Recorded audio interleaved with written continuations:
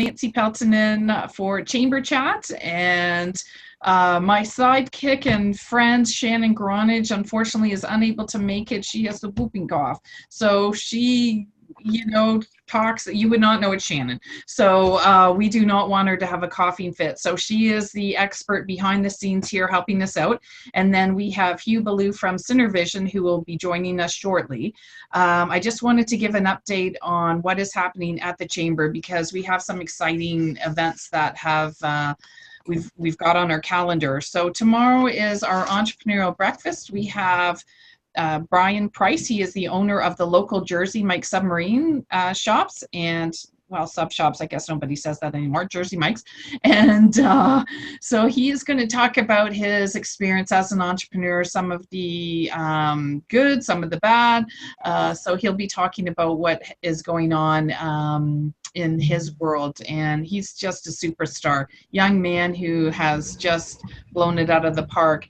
And then our Business Women of Brevard is on the 26th. That's next Tuesday.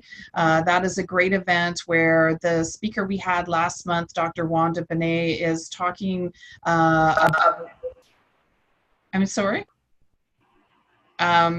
She is talking about dealing with difficult people. I think we've all had some people in our lives that are challenges, and so she's going to discuss that. She's bringing somebody who has actually gone through the program that she runs, and so he's going to be giving us his input too. So I think that's going to be an interesting one.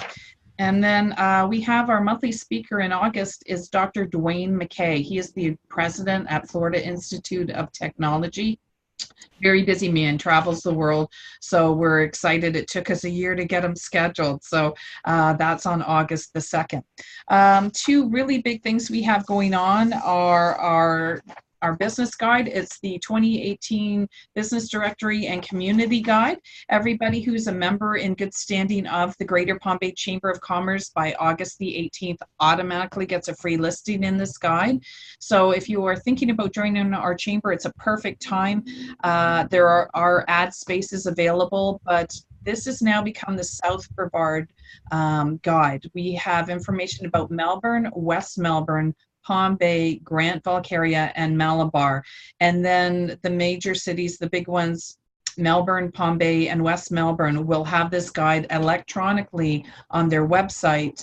The Chamber will have it on our website with a link to anybody that does a paid ad. It's going to go right to your website, and we're printing 10,000 copies.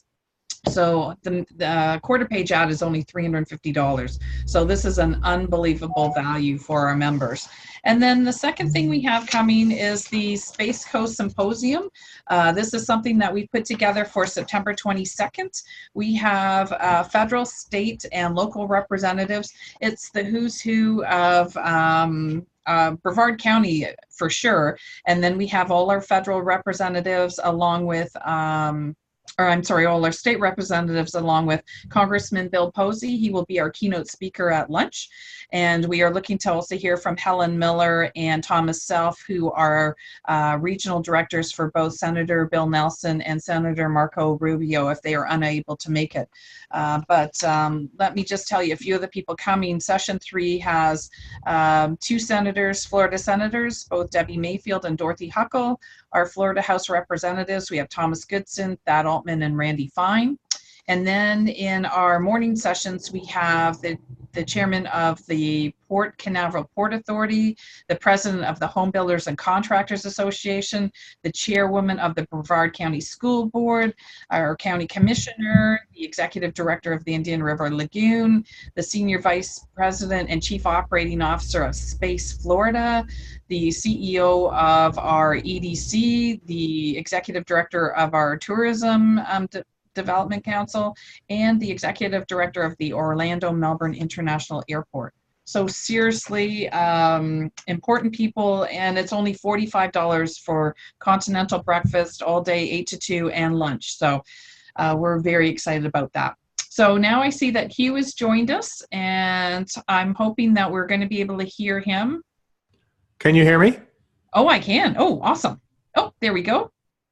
He talks. He talks. He walks. Oh, I see. Yeah, Shannon said you were moving. Everything's empty behind you. Hugh, that looks beautiful. Moving out of here August 1st. I got over there is a bunch of boxes. Yes. Moving Wow. is I don't recommend it. I don't recommend it. Right there with you. Right there with you. Wow. Wow. So our topic today was about attracting a fabulous board, motivating them, and what are some tips and tricks? Because I know that anybody that's dealt with a board of directors will face some challenges. So I'm going to let you start then, Hugh, with where you want to start. If it's with how you first of all try and get your board makeup and reaching out to the right people. Absolutely. You want to make sure you spell it correctly. Chairman of the board is not what you want. Yeah, good point. um, Nancy, you remember that I spent 40 years as a musical conductor. So everything comes from structure for me. Everything is carefully orchestrated. It's in a score. So when people show up, they know what to do. And one of the biggest mistakes I find with businesses and charities alike is they don't really have a strategy. Now, in the strategy, it tells you where you're going to go and how you're going to get there. It's basically, that's what a strategy is, where you want to be, how you're going to get there. Now, people know where to engage, whether it's a business or a charity, that's the same. People know how to be engaged because there's some action plans there. Here's what we're going to accomplish, and this is how we're going to do it. Also, in your strategy, you define the culture. Think of Disney. It's right around the corner. Disney is a very clear culture if you work at Disney. Everybody's a guest.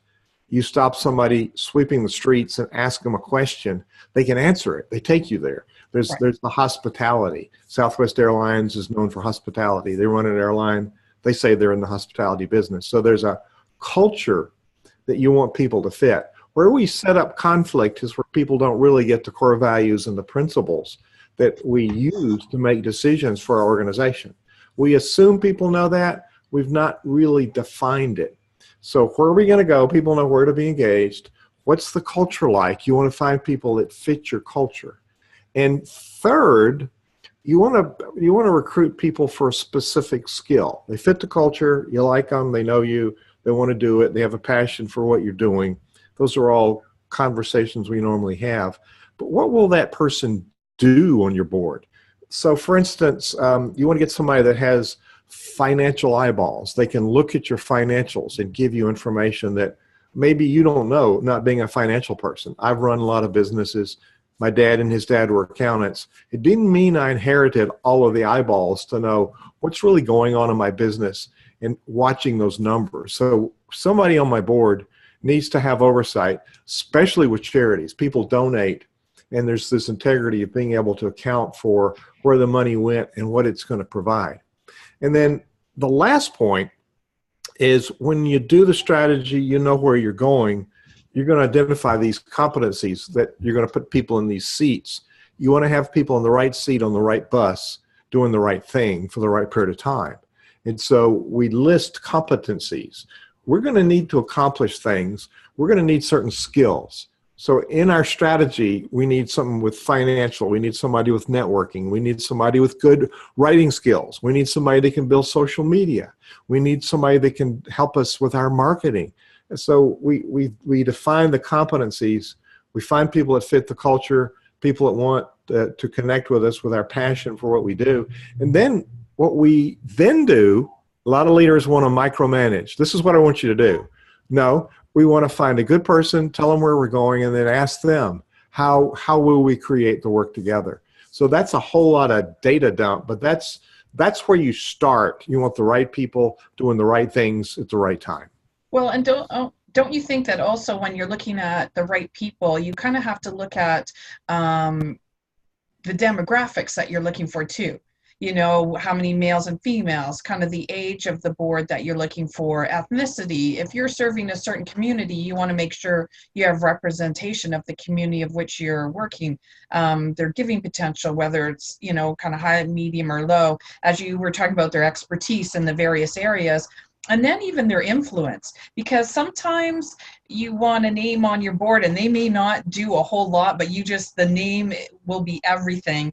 And then sometimes, you know, you want the skill set or the other, you know, what else they're bringing to the board. You know, I think sometimes we kind of don't think about that. I remember one of the boards I was on absolutely did not represent the county or the population of which the board was brought together for. And so if you're not having somebody on your board that represents who you're trying, you know, it's like having a chamber of commerce and everybody is not a chamber member. You know what I mean? Like, you want to have small businesses, you want to have home-based business, you want to have a representation of the people of who you're serving, you know, so. Your board should be a reflection of the people you serve. Absolutely. You got those demographics, you got psychographics, you know, what you've got people that are in the different socioeconomic strata, but you've also got millennials and boomers. You've also got the different generations there. So there's a whole lot of ways to look at diversity. Right. We think it's black and white, but there's lots of dynamics, and certainly you want to have, if you have diversity, you're going to have lots of really good perspective as well. And so that's absolutely right. Okay, great. Yeah, I think sometimes people, you know, they look at the talent, and with some boards, especially some nonprofits, they think of, okay, does this person have money that they're going to contribute? They don't look at all the aspects, and, you know, we talk about time, talent, and treasures. Sometimes you're just looking for the talent that they bring, as you say, somebody who's your financial person, somebody who's a good writer, somebody who's great with social media. Sometimes you want the person that'll write the big check, and sometimes you want the person that, you know, is going to show up and be at the events and network and promote your organization. So it really is being specifically targeting for those needs that you're looking for. And we have to be careful of, if they write a big check, they can be on the board. Sometimes those don't fit. That's true. Yes. And sometimes you don't want the people who are donors on the board. Sometimes they don't want to be on the board. True. And you mentioned people of note, people of high influence. One of the mistakes we do is we put people of high influence and we say, well, you don't have to do anything, we just show up. Well, that puts a damper on everybody else. Right. On a charity board and you don't donate. Everybody on the board should donate, and they should donate every year. And when you don't, it influences the rest of the board. And how are they going to go and ask for money for donations if they're not a donor? Right. And participation, and when one person steps up the bar and participates in a more engaged, higher functioning level, then it influences everybody else. We can't do it all as the leader. We can certainly influence others, and as we acknowledge and empower others to raise the bar, then the influence goes around the table at the board meeting. And so there's another classification. You can have board members.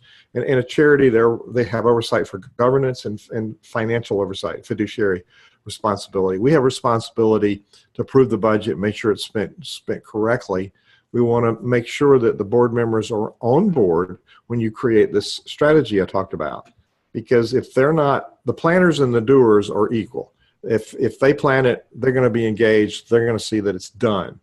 One of the big mistakes we make is we write it in a vacuum and then we give it to the board members, and they never own it and they never connect to it. And so we wonder why they don't function. Well, we just cut them off at the knees. So they're not going to function. So there's lots of things we do as leaders that really spill over to low functioning. When if we were able to step back and look at that, we can empower people to function at a higher level. So where I was going with that, you have Mr. X. Mr. X is a former mayor, and Mr. X has lots of contacts, really has a passion for what you do. So the mistake we make is put him on the board. He's a figurehead. Well, Mr. X could be an advisor. Doesn't have to come to meetings. You can give us advice from time to time. You're certainly welcome to come to the planning meetings and visit the board anytime you want. And by the way, you could be a donor. So in a business board, you want people that are very active because they're responsible for the financial welfare of the company, and they're going to help you grow the company. And typically board members in a business get a piece of the action. They get stock shares or warrants and some money for being on the board. In your nonprofit board, it's just the opposite. You don't have shares to give out, and they pay to be in the board. They're donors. So there's very different dynamics at a business board and a charity board. So does that whole track make sense? Yes. Oh, absolutely. And do you recommend, when you're trying to cultivate somebody, do you recommend they give you their resume or have a profile that they fill out, or how do you suggest a company go start with that? You may know that I served megachurches for 40 years, and in that time, I rarely, if ever, had lunch alone. And so I knew people. I had a relationship with people, and when I said, "Here's a position, I think you could serve this organization quite well," then I already had earned the right to ask them. And I didn't say, "Oh, it's not much work." I said, "Your work will be very meaningful here. Here's what we can accomplish together." So I'd done the check by getting to know the person, and communication, leadership, financial results are based on cultivating this relationship with people. And we want to skip over that part, and that's a mistake. And so, yes, all that, you want to know who they are. But Right. cold calling for a board member is not a good idea. I think you don't really know if they're going to fit the culture, and you haven't built a relationship. And there's some board members that can be ornery and can cause you heartache. Oh, absolutely. And that's one of my concerns is that, the way our bylaws are set up, just using us personally, they have people that can be nominated from the floor and then be looked at as a yay or nay for the board. And that has nothing to do with cultivating them whatsoever. It's just people randomly saying, "Oh, how about you? Would you like to do it?" And I don't think that is the right way to go. I think, as you say, it's cultivating and getting to know the person and how they would fit into the culture of the organization. Well, the board has the power to change those bylaws. Yes, they do. And in other organizations like yours that I've worked with around the country, there's sort of a farm team. They have a board of advisors or advisors at large. There's two different groups. The board of advisors has meetings and they do committee work and that kind of stuff. They don't vote about things for the budget or governance, but they do work. They're people that are in the queue, because if say you had 11 board positions, one person times out because it's a rotation, then you go to the advisors to select your next one. Typically, organizations that are charities, tax-exempt organizations, have a nominating committee, and they will go and do the due diligence and then bring it to the board and nominate someone, which is a much more efficient way than just somebody nominating from the floor, because there's no system to that. And people nominate who they like, or they might have a specific agenda. They want to get somebody in there because this is going to change whatever you're doing. Right. It kind of leaves you open for some sort of invasion there, for lack of a better word. Well, and it's funny because I've seen other chambers send out nominations to all of their members to nominate somebody for the board. And, I thought, yeah, that, as you say, that can kind of be good and bad, and that some people that you had no idea were interested in being on a board, especially if you have a lot of members, it might give you, okay, oh, that person's interested. But as you say, it can also change your culture, or you can get somebody that's not quite fitting with the direction of where the chamber is going, and they absolutely can throw that monkey wrench into your day-to-day operations that make it more difficult to achieve our goals. So, yeah. That's a common practice, and that's a common practice in some churches as well. I do think you nominate somebody who goes into a system, and then there's a conversation about expectations. So there's 4 steps in hiring people or getting board members, either one. Number one is the competency. Do they have a skill that they can put to use? Right. They're a nice person. Okay, what will they actually do? So the competency, then the role and responsibility. How do you put that to work? There's lots of people on boards that want to do more. You've asked me to be on the board. Let me do something. Right. And so that drives energy when people actually, it's a mistake to try to motivate board members, because it lasts till they go out the door. If they have meaningful work and they accomplish it, this is my role and responsibility. They motivate themselves to a higher standard. The third one we talked about, the culture fit. Do they fit what we say we are? Here's our values, here's our principles. This is how we make decisions. That person doesn't get to change the organization's values and principles. That person needs to see if it's a good fit. And then the fourth one, what are the expectations? The performance expectations. Well, if they're on a charity board, they got to be a chamber member to be on your board, I'm sure. Right. Yes. A charity, they have to be a donor. If there's certain requirements that we want you to attend meetings. We want you to be part of fundraising. We want you to be part of helping us produce the events. We want you to serve on a committee. I mean, there's lots of expectations, and we're never really clear on that until we write it down. Yes. And we have it in our mind, but until we write it down and share it and have a two-way conversation, it's not clear on both sides. And when there's conflict, everybody plays a role. So I would encourage people to go through those 4 steps and then hand people something. Here's your board covenant. Here's what we ask you to commit to. And it's, I will attend board meetings. I will I will finish assignments as agreed. I will be a donor. I will be part of fundraising. I will be on a committee. So that's a covenant where they say, I promise to do something. It's not really contract, which is a head thing. It's a heart thing. It's a personal commitment. And there's a world of difference because they have said yes to something. And statistics show that in those volunteer organizations, people that you ask more of actually accomplish more. Say that one more time. People that you ask more of actually do more. More. Yes, that's true. That's why they say always ask the busiest person, because they get things done. It's they just, one more thing on their plate.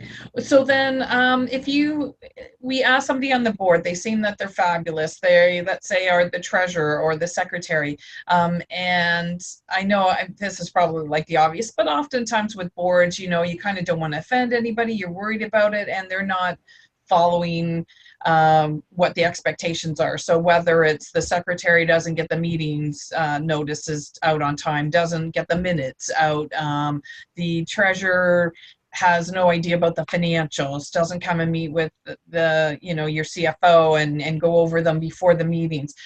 I mean, unfortunately, I've seen a lot of boards and they just let it go on and on and on. Do you have kind of a rule of thumb that after so many meetings, I mean, this is sort of obvious, but really people seem to be afraid to talk to board members. I'm not sure why, they don't want to say, you're not performing your function, is there something going on, do you want to step down right now and maybe, we can look in the future, but it seems like that's a hard conversation to have. And so it continues and it's not helping anybody.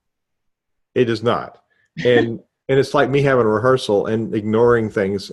When I stop and I say, trumpet, that's too loud, take it down one dynamic level. Now, I didn't insult them. I gave them factual information, and I said, ask for what I needed. Right. And it's expected because those are the principles. The conductor fixes it. The leader fixes it. We address situations. We ask for change. And so and that's a common problem that you just outlined. We don't want to hurt their feelings. Okay, you got 10 people on the board. One person is obviously not functioning. So we're going to risk offending 9 people because we don't want to offend one person. Right. And we really don't need to offend anybody. They know they're not performing. And so we can approach them. And I suggest for the groups that I work with that we stay away from the word you. You didn't do this, or you did that, or you what. It immediately puts people into a defensive posture. Right. And so, hey, George, how you doing? I want to talk to you about board meetings. And we've all covenanted to attend 10 out of 12 board meetings a year. And that's not happening. Let me know, what are your expectations? Now, I used you. Tell me tell me what we can do about that when we're not all attending. And somewhere you have to say, notice you weren't there. How is everything okay?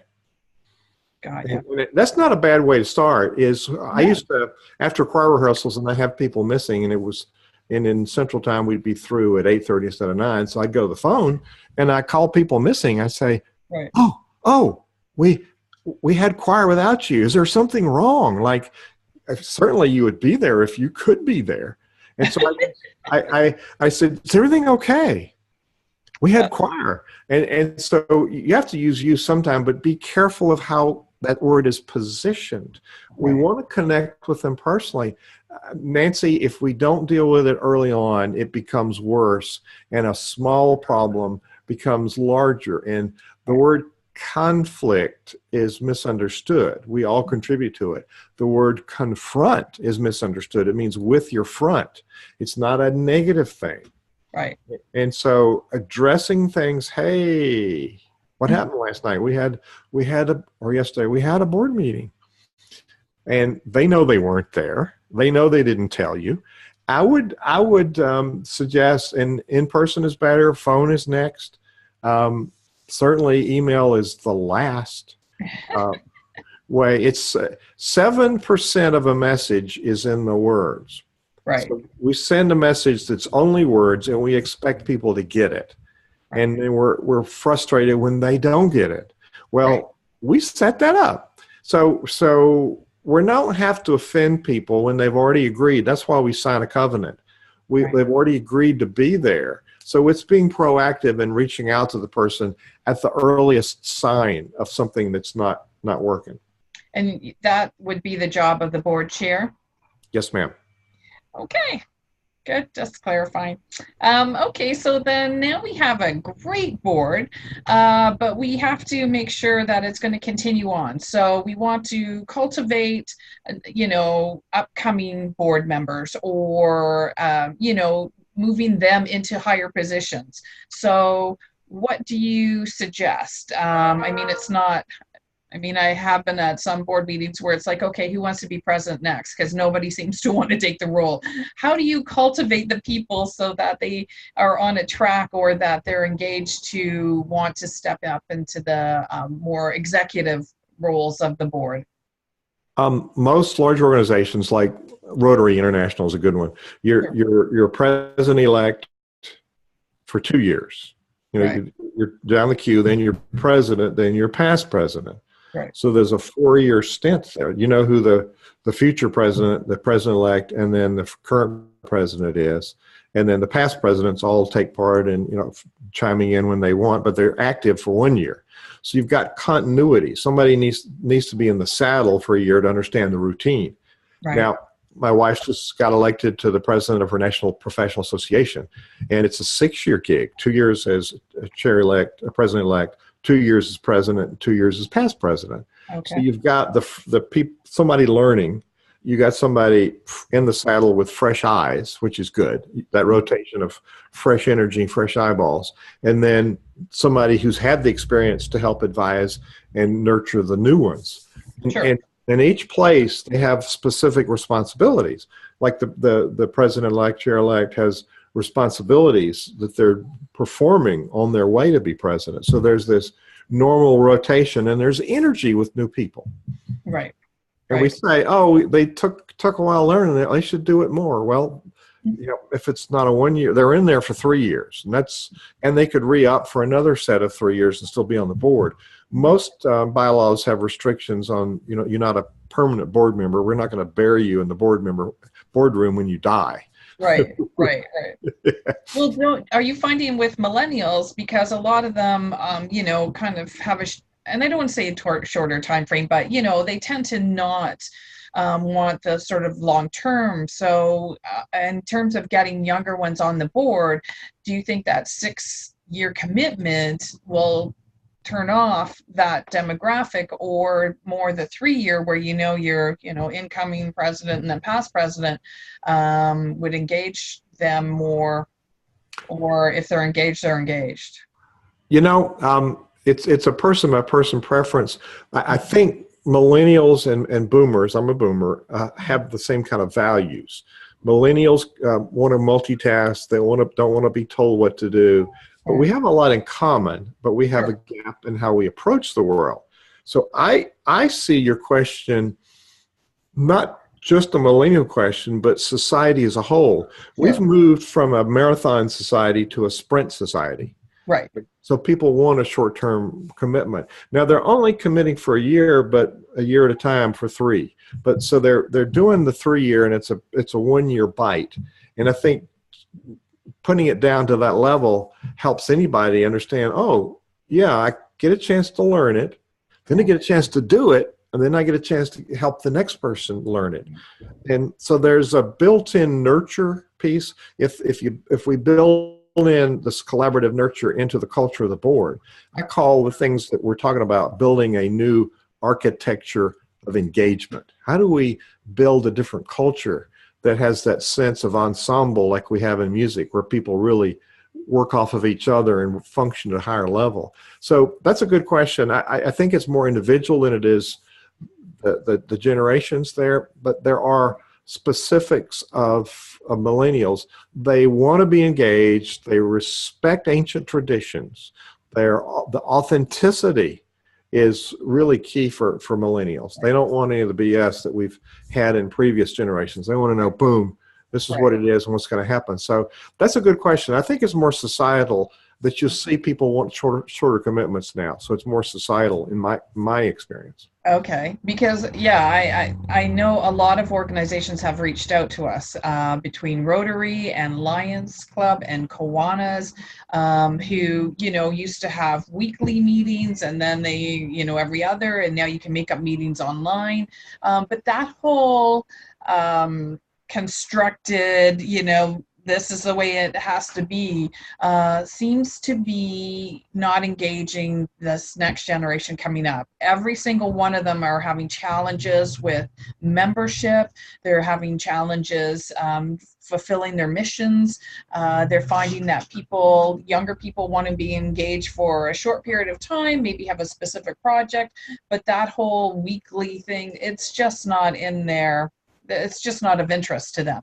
So I guess what I'm thinking is not just in the short term, but let's say in the next 10 years or 15 years, if we have this generation that has that mindset, what are our boards going to look like? How are we, we have 4-minute increments. I don't know, but yeah, I'm just wondering how we plan for that, because I think some of these organizations have kind of been surprised that their membership is dropping, and they don't know how to change that. Their cultures are not changing fast enough, to stop the hemorrhaging of membership. So, I'm thinking, for the chamber as well, not just for boards, but, that's, I think, one of the issues. It is with a number of organizations. My Rotary is struggling with, we don't have millennials.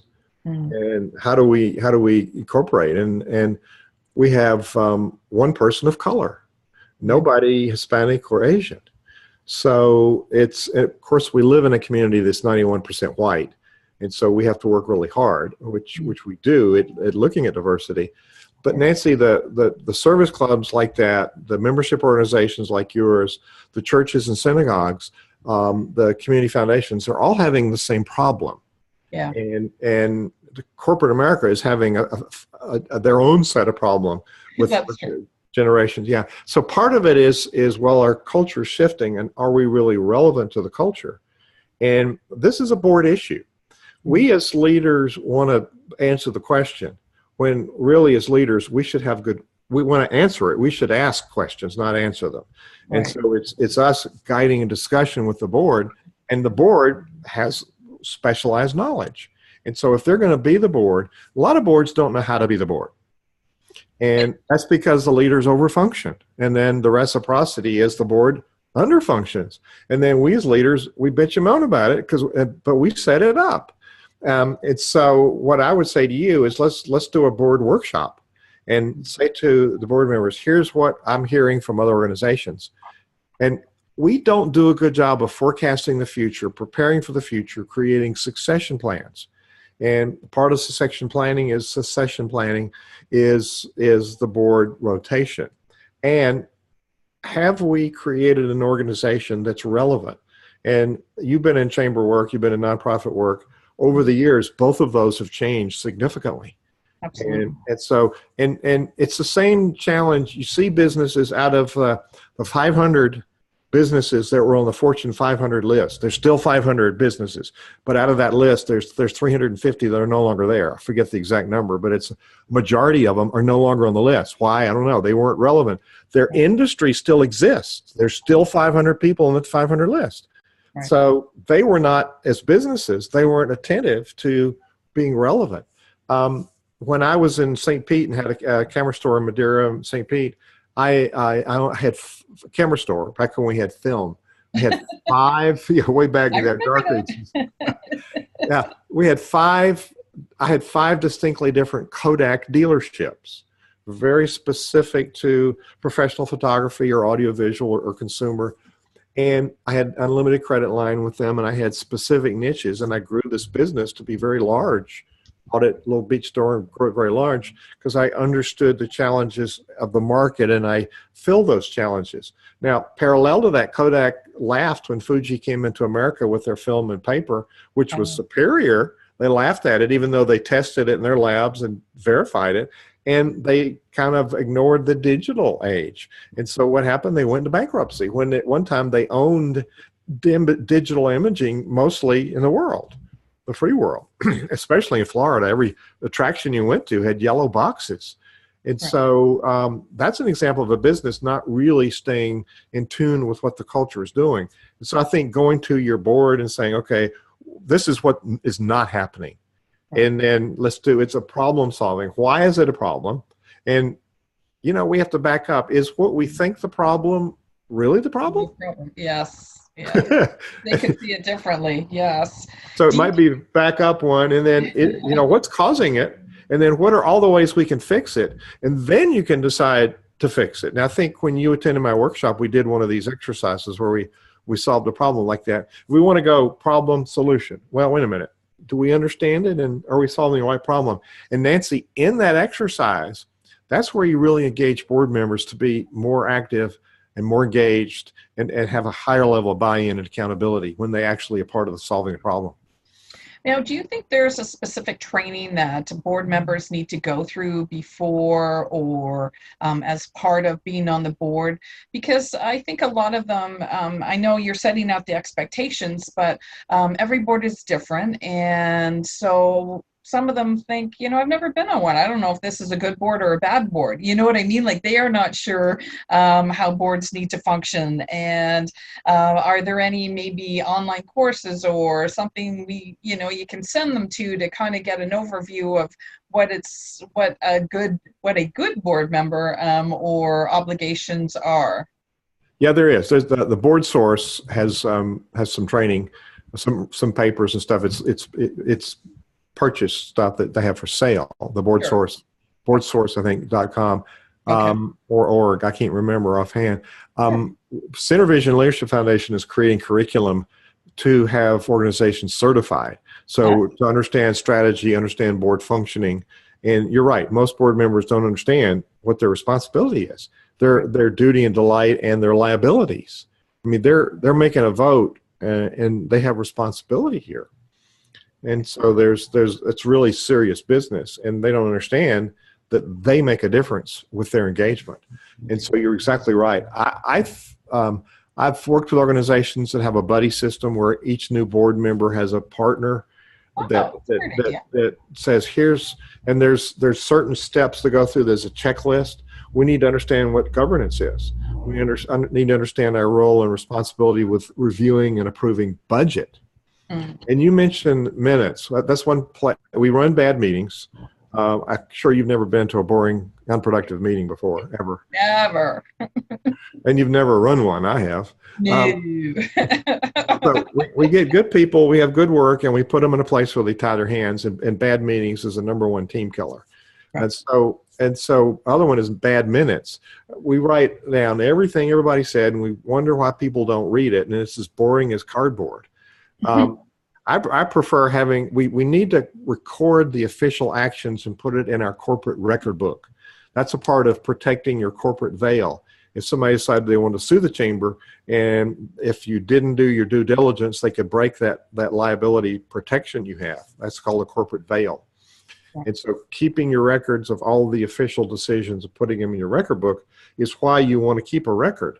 Now, writing who scratched their nose and who went for water is not part of it. And some of the minutes I see are just so long that nobody cares to read them. Right, right. Then how often do you think a board should do self-evaluation? Once a year, every 6 months? I think we need, if we have a strategy, and one of the favorite things I hear is, come work with the board. We've finished our last strategic plan and we need a new one. Right. Wait a minute. If you have a 5-year plan, let's review it every 6 months, review it, evaluate it, revise it, and then update it and recommit. So you always have a long-term plan. You migrate it over time and you grow. So that sort of sense is a regular evaluation. And instead of going away for 2 days and hammering and doing all the detail work, you could do it in a focused work session. A board meeting and a board work session are different. Board meeting is you do official actions, you do reports, people vote, and you go home. A work session is where you create content, you do evaluation, you do planning. Right. And it's really... yearly retreats then are important then for a board? Yeah, I like to call them workshops. Retreat sounds like we're running away. I know, I said that to somebody too. They go, well, where are we going? I said, yeah, the Holiday Inn down the road. I mean, you know, we're not going away for a weekend. So yes, I think workshop probably is a better name. It's one of those, in workshop, there's no doubt. We're going to work. Yes, we're going to work. Retreat sounds like, oh, we're going to go play. I know, yeah, we're going golfing after, and yeah, no, that's it. So yes, workshop. That's probably the best way that I'm going to describe it this time. And they'll go, well, when are we having our retreat? I'm sure I'll get that. Well, and there's also mini work sessions. We're going to have a work session for 2 hours. Yes. And then what we don't want to do is, here's the agenda, here's the deliverables. We're going to accomplish ABC. People want to know, what are we going to do? We're going to accomplish this. And then you want to make sure you've planned enough time to accomplish that. One model I use, going back to the party thing, there's a social piece of this that we really don't address. And so, do you ever do overnight retreats, work sessions for your board? We haven't, no. I've done some with other boards, but not with the current one. Was that beneficial for the social piece? Yes, actually it was, because I think when you're not in quite the formal setting and you're just sitting there having drinks and dinner, and then, you know, the next day you're meeting at breakfast, and yes, it's a different engagement than just coming for the afternoon. You're sitting there for 4 hours and then you go. You don't have the same camaraderie or understanding, I think, of each other personally. Yeah, I've worked with several boards over the years where there's been a 2 or 3 day, 2 overnights, 1 overnight. And what happens is there's a whole different framework that happens underneath that's relational. And so it changes the whole context of how we approach the meetings going on. And people actually look forward to it. And that is a retreat. And when I do church retreats, a third of it is social. A third of it is work, and a third of it's spiritual. And so and in a board retreat, you can make a third of it social, a third of it work, and a third of it learning. You know, you're talking about educating people, you know, bring in some of those speakers you have coming up are just like, whoa, you're Nancy is a person of influence. And, you know, I had world-class conductors come to my choir in Florida from all over the world, and people would say to me, how'd you get them to come? I'd say, well, I called them on the phone. Right. Yeah. Would you come to Florida in the winter? Of course, your people are already in Florida, but you know, it's the ask. This is worthy. This is worthy ask. So if you had people go, and I've done board retreats for multiple days, and they go off site, they stay there, and they cut off all ties for their work and their social. They come in there, they're the board. And where every board can't do that, once people go away and they get the benefits of that and they see the social piece. Now, I found it helpful to actually build in the social pieces where we did a social activity and we did a learning activity, or we did something different together. We eat together and we have some social time. There's time in between events. And Nancy, what happens is we become people that work together. Right.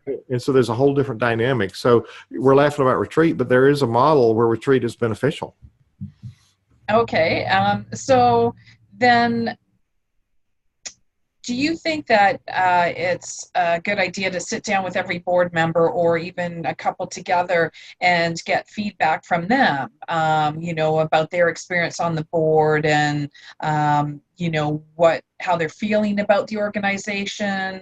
Because sometimes I think in meetings, people tend not to speak up, or you have certain ones that always seem to dominate and people don't want to then speak out against them, or they feel uncomfortable.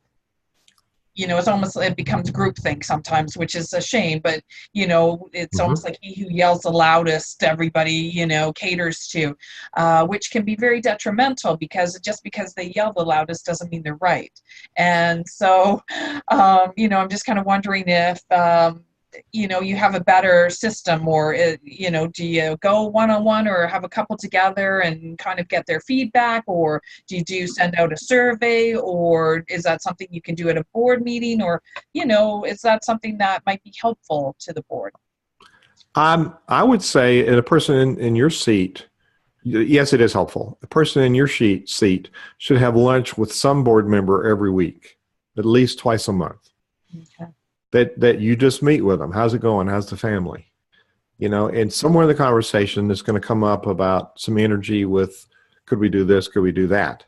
And when you do that, you can ask people to do things. And, oh yeah, I'll do that, because you kind of know what they're thinking. You know what their passion is, and you've built that relationship. So I think in the context of casual conversation, asking open-ended questions and paying very good attention to the response visually and orally, because people would, their inflection, their facial expression will tell you more than the words very often. And then to have a focused conversation with the board. What of the things happening, what stands out to you as the most? Here's a list of things. What stands out as jumps out at you as being the most important? And then you could have a series of a couple of questions. So in every now and then in the board meeting, so let's have a time. I need some input. Here's what I'd like you to respond to. And it's important not to talk. It's important to listen. Ask the question, listen, and have somebody else record the answers. Not on a board or anything, just record them for you. So it's eyeball to eyeball, and it's engaging them in conversation about a specific question.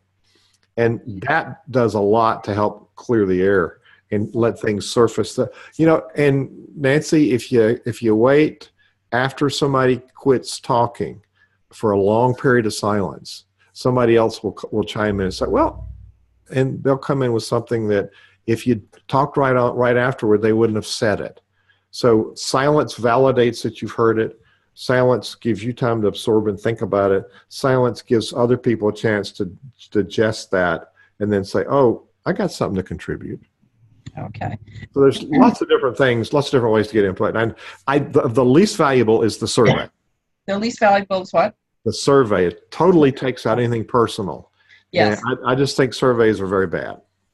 Okay, yeah, good. My board meeting last night, if I heard survey one more time, I was like, I mean, I try and talk to people all the time because you're right. I like the one-on-one. I'm actually calling every single member of ours to find, just kind of talk. We're talking about our board, that new directory that we're doing, but just kind of, it's a one-on-one chat that I often don't get at the meetings because I'm running most of them, most of the events. So this is my opportunity to call and get, and I know it's just on the phone, but, a number have said we've never had a call before, thank you for reaching out. So, but with the board, I've heard a couple say that when you just do the specifics, when you're voting on the minutes and you're voting on the budget, that should be a very short part of the meeting, that you do need to leave the time for some strategy to engage them more. Because if it's always just that cut and dry, Robert's rules kind of thing, it just doesn't engage them to even want to come to the board meetings. Yeah, and voting on the minutes is really boring. You should put that out for conversation. Why do we do that? Right. You've got them and you read them, they're part of the record, then it's called general consensus. So you could put it's a consensus unless somebody lifts something out. and just say, are there questions? Okay, we've adopted it by general consensus, and you can establish that as a policy. And there's things we do because we think we're supposed to do them. Right. And I always ask why. Yeah. No, that was one of the things when I came here, there was a lot of whys. And I did get a lot of, well, we've always done it that way.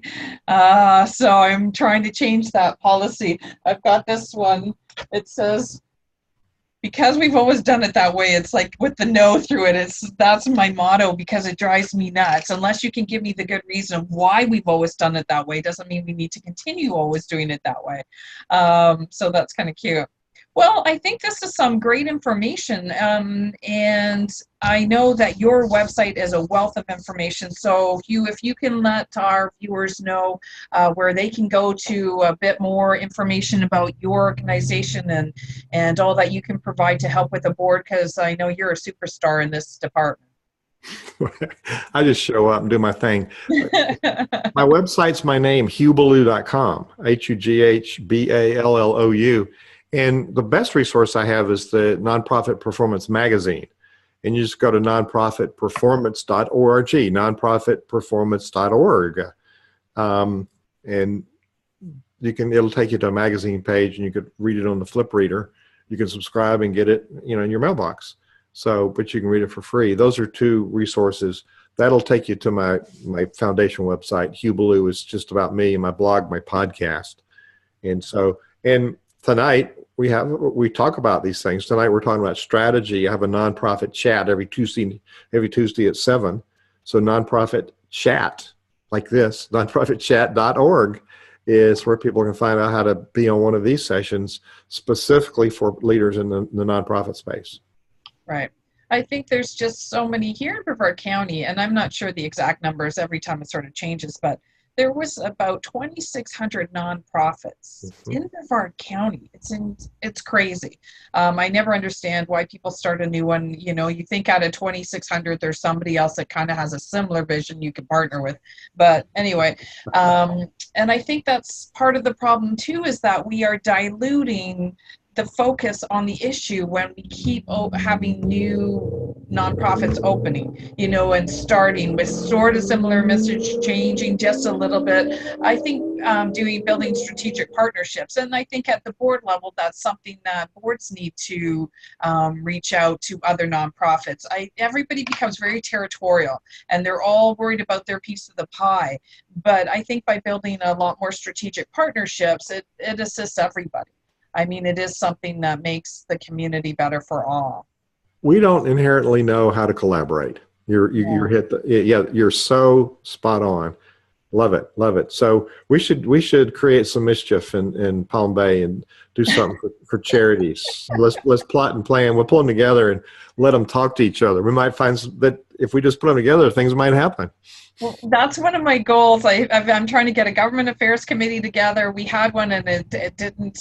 In that format didn't quite work, so I'm working on a new one. And then the nonprofits, because that is where my heart is, and where I came from. So I really think that having access to resources such as yourself would help so many nonprofits, because so many times they're small and they're working in the business forever. They never get a chance to work on it and be strategic and keep running in that hamster wheel. I remember sometimes, you think, oh man, we're on to our next fundraiser, we're on to the next, and you never get a breath. You never get to stop and be more strategic and think there's a better way to do this. So yes, that is something that, Hugh, we will have to talk about. So I value your time that you spent with us today.